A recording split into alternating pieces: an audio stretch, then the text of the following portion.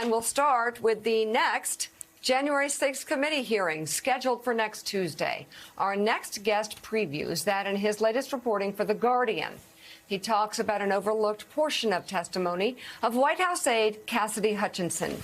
Hugo Lowell writes in part, the potential connection from the former U.S. president to the extremist right-wing groups came through her account of Trump's order to his White House chief of staff, Mark Meadows, to call Roger Stone and Mike Flynn, which Meadows did the evening before the Capitol attack.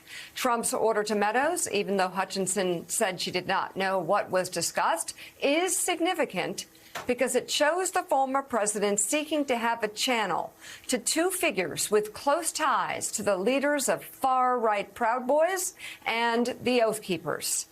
The directive is doubly notable since it was Trump himself who initiated the outreach to Stone and Flynn, suggesting it was not an instance of far-right political operatives freelancing, for instance, potential strategies to overturn the 2020 election results. All of this is important because unresolved questions for January 6th investigators remain whether Trump knew that the Proud Boys and the Oath Keepers would storm the Capitol, and whether Trump was in contact with their leaders who have since been indicted for seditious conspiracy. Joining us now, congressional reporter for The Guardian, Hugo Lowell. Also with us, senior politics reporter for The Insider, Camila Deschalis. Good to have you both. So, Hugo, is that connection clear? What are you hearing from your sources, or what's still yet to be uncovered by the committee? Well, I think this connection is the clearest that we've had to date.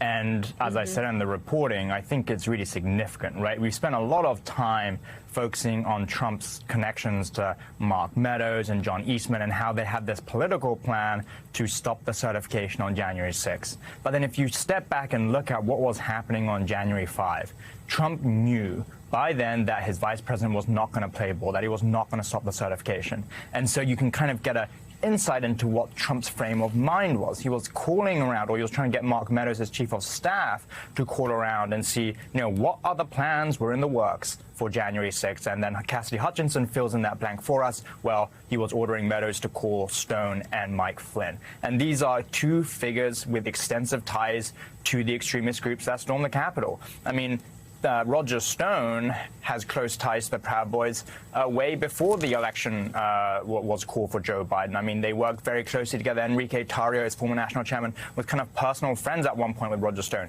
Mike Flynn, meanwhile, had his own protective detail, all the way back in through December, and they were working with the Oath Keepers. These are people who you would go to if you wanted to know what the Proud Boys and Oath Keepers were planning to do on January 6th, and that the committee now has this through line from Trump and the White House to the extremist groups, I think is very telling.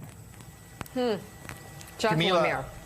Thanks, Mika. Camila, let's talk a little bit about Pat Cipollone, the White House counsel, who we now know is going to testify behind closed doors tomorrow. But there is an expectation that we'll learn what he says, either in a transcript or perhaps video that will be played at a future committee hearing. This is a name that we have heard the committee really wants. In fact, a few weeks ago, Liz Cheney even went on a bit of a monologue during a hearing saying, hey, Cipollone is someone we want to talk to.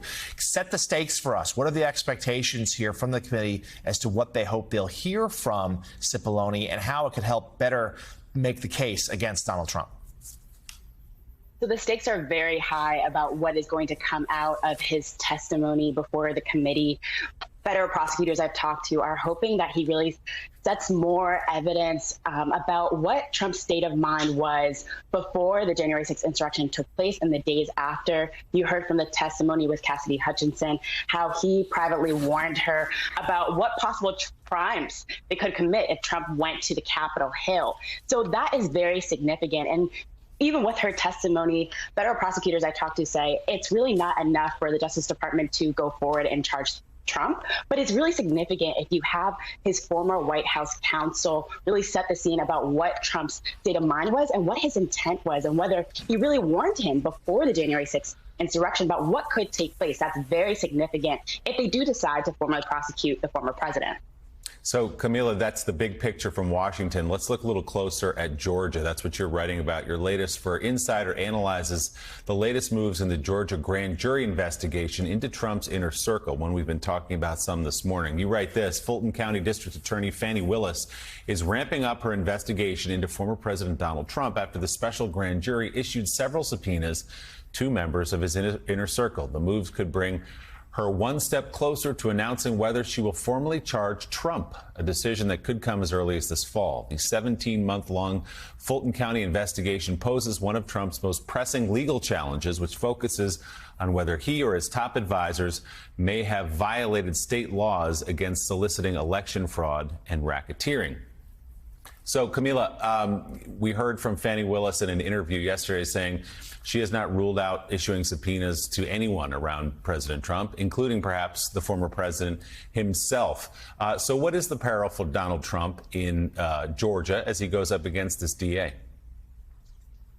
So several legal experts I've talked to say that Fani Willis's investigation into Trump could be the biggest challenge posed to the former president. She's been conducting this investigation for over 17 months, and that's really significant because over that time, she has presented a lot of evidence before the special grand jury and also had a chance to talk to witnesses about some of Trump's coercive tactics that he used against Georgia Republican officials, trying to pressure them to overturn the state's election results.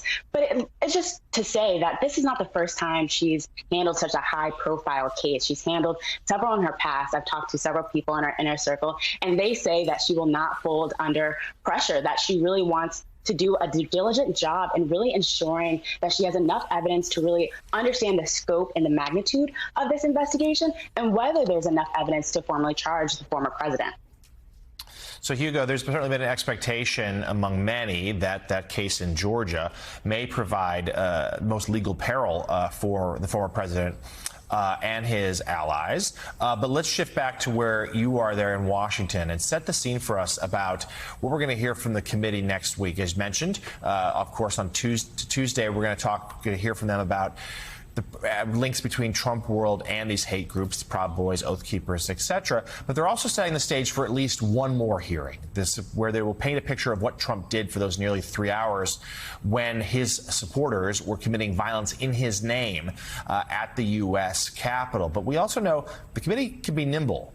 Do we anticipate that that'll be next week, or and wrap this up, or do we think we might have more hearings to come, and what would they cover?